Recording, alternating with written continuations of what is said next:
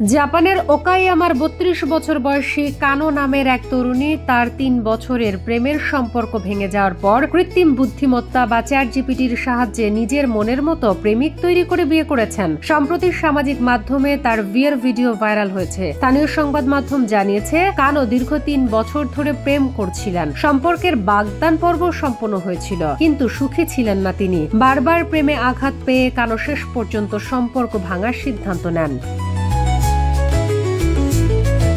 মানসিক শান্তি খুঁজতে ও পরামর্শের জন্য কানো চ্যাটজিপিটির সঙ্গে কথোপকথন শুরু করেন। ধীরে ধীরে এই কৃত্রিম মেধার প্রেমিকের সঙ্গে তার বোঝাপড়া এতটাই মজবুত হয় যে কানো নিজের মনের মতো প্রেমিক তৈরি করে ফেলেন। প্রেমিকের নাম দেন ক্লস। কানো জানিয়েছেন, পরস্পরের প্রতি নির্ভরশীলতা না থাকলে কোনো সম্পর্কই টেকে না। ক্লস আমার যত্ন নেয়। কোনো মানুষও আমাকে এত ভালোভাবে বুঝতে পারে না যতটা ক্লস বুঝে।